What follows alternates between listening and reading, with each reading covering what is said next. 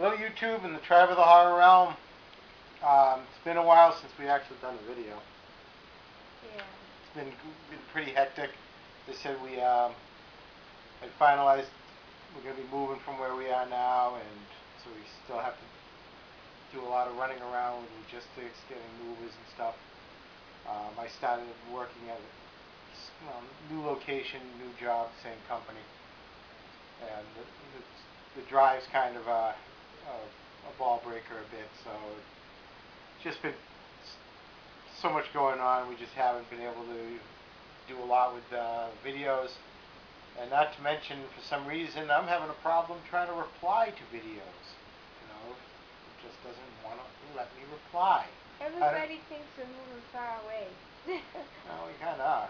I mean, not out of state, but far enough that, you know, still won't be able, I mean, we're far enough away we won't be able to smell your sister's farts or anything. Oh, you stop. You're so mean.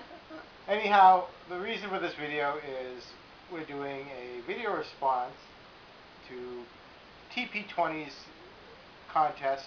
He's reached 500 subs. Congratulations, Tyler. You do know it's the mustache. He's given away a Blu-ray Steelbook of The Dark Knight, and he has a 2-level, maybe 3-level question. First is, he wants us to rank the 3 Christopher Nolan Batmans that made up the most recent trilogy as far as our favorite, kind of a countdown to our favorite. And second, he wants to know how we were introduced to the character Batman, and thirdly, our thoughts if we have seen the movie The Dark Knight Rises. So, why don't you, would you like to do the first one and say your preference of the 3 movies, Batman Begins, The Dark Knight, and Dark Knight Rises? I had to put it in order, was that right? You have to put it in the order of the ones our next door neighbor liked. Well, put it this way. The Dark Knight Rises was my favorite. It was very, very iconic. I thought it was just, there was a lot of action, suspense. The people who played the role, you know, they all played their roles very well. But I was like on the edge of my seat when I was watching this thing. And I couldn't keep my eyes off the film. It would just have me captured through the whole entire thing from beginning to end. So, I can't say just much about the film. It was like one of the best films I have ever seen. I'm not going to say anything because I don't want to give anything away. My second one would probably have to be The Dark Knight. I don't know what much to say about it, but it just got into more in depth about who he was and actually taking the fall just to bring Gotham hope through another guy who really turned out to be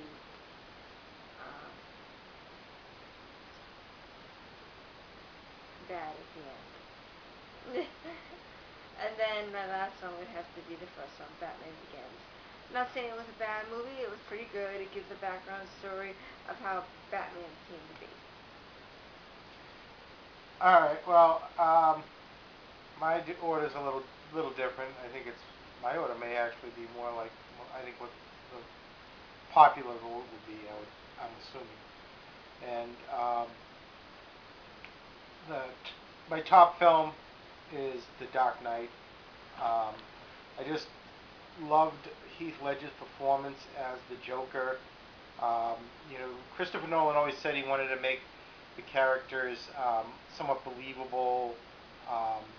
You know, so the Joker wasn't a guy that fell in chemicals that turned his skin chalk white and hair green and all that. You know, he was literally just wearing makeup. for whatever reason, and it's never clarified. His stories as to how he got the facial scars are never clarified. He truly is an enigma, and quite frightening. It was an amazing performance by Heath Ledger, and it just was an all-around fantastic movie on so many levels. Second, I would have to say Dark Knight Rises. Um, it's just the performance by Tom Hardy was pretty cool. I was a little surprised with him as Bane. Um, I liked there's certain aspects of the film. I really like the fact that they do a good portion of the movie in daylight, which you can't hide a lot of things that you can in a darker setting. But I thought it was kind of cool to be able to see such as the bat wing and the bat cycle in daylight, so you get a little more detail out of them. And then thirdly, as she said, nothing wrong with it. Batman Begins, which is probably one of the darker films of the series, but I don't think it compared to the other two as far as the performances. Every one of them has their flaws, but overall I'd say that's my order of preference to them. Now next is how we got introduced to the character Batman. Take it away. Speak up. Okay. The only time I can remember is seeing it on TV with the Super Friends. Speaking of Batman. So, that's the only time I remember it, but I also remember it watching the show Batman before I used to go to school, too. The show? You mean the old TV show. camp show? Yeah.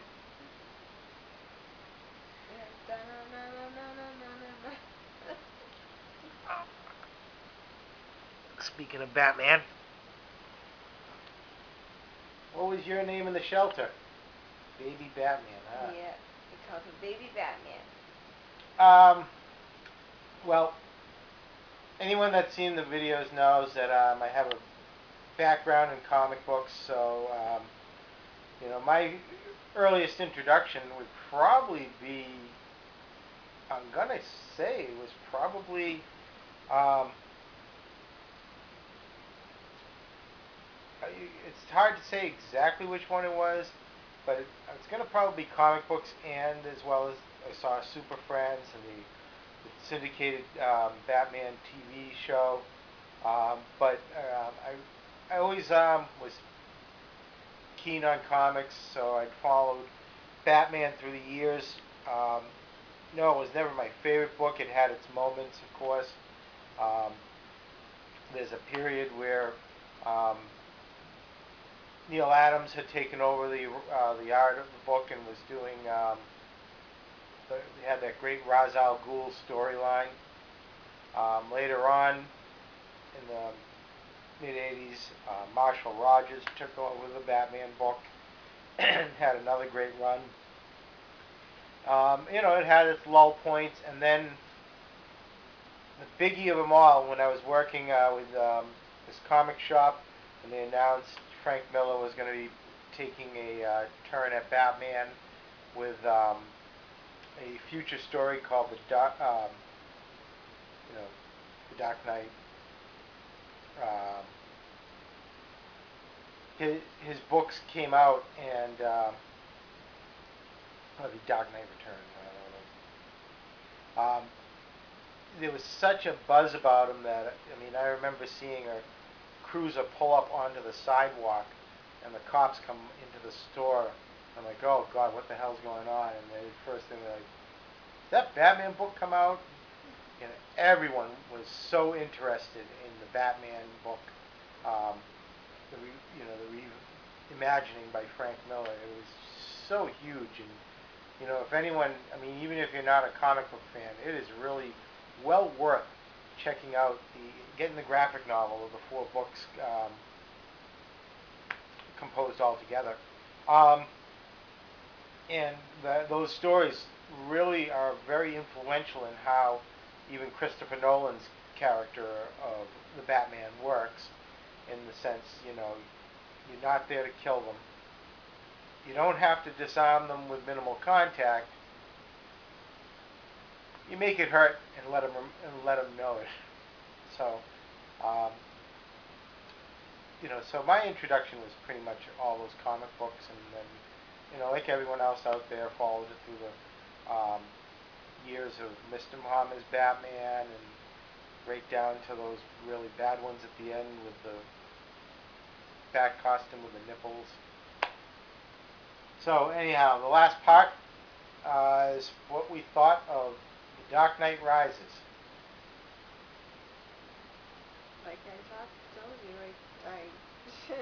I was on the edge of my seat through the whole entire thing. It was just something that was just so captivating to me. I, it's like I hyped myself up for it though too. But when I got in the movie theater and started to watch it, it just caught my attention. I couldn't even take my eyes off the screen. I was so embedded in it, and it was just one of the great movies I've ever seen. Christopher Nolan did a great job, especially all the actors too. I think that and if anyone hasn't seen the movie, I'd say stop the video right now because it's going to have a little bit of a spoiler to it. Is that if you're a fan of the comic book series and you've been reading it for a while or followed along in some fashion or another, some of the things that the little twists that they were trying to do with the story really missed their mark on a reader. The whole background of the child of Ra's al Ghul, and the little swerve there that they were going to do. Um, for me, it didn't work because I knew who the child of Ra's al Ghul was from years ago reading the book. So, when that's brought up, I'm like, okay, this is probably what it is. So for me, a lot of the movie I could foresee what was going to happen, where you never read them, so it was a complete different journey for you, and you could be surprised when they threw that card down. Like I said, on a positive notes about the film, I love the fact they did it at daytime. Um, I love that bat cycle, and when it does those crazy turns in The Dark Knight, I tried to figure what did I just see. Now I could see it in daytime, and I still was like, what did I just see? I mean, how did the wheels rotate? And I just thought that was really cool. Um, I was surprised how big Tom Hardy was, as far as like the size of his arms and his back. Wasn't sure if he was going to pull off how the character Bane looked. Kind of caught where the Joseph Gordon-Levitt character was going as well. So it didn't have a lot of surprises. Worse, I wasn't really a big fan of the sculpt of the Batman outfit they did this time. Um, Somehow the mask just reminded me of Nick Cage's character in Kick-Ass. That for some reason there was something about the way that the helmet sat, especially around the eyes, that made me think of that character, which obviously was ripping off the Batman character, but this one looked more like his mask. So, but overall, excellent film, worth checking out.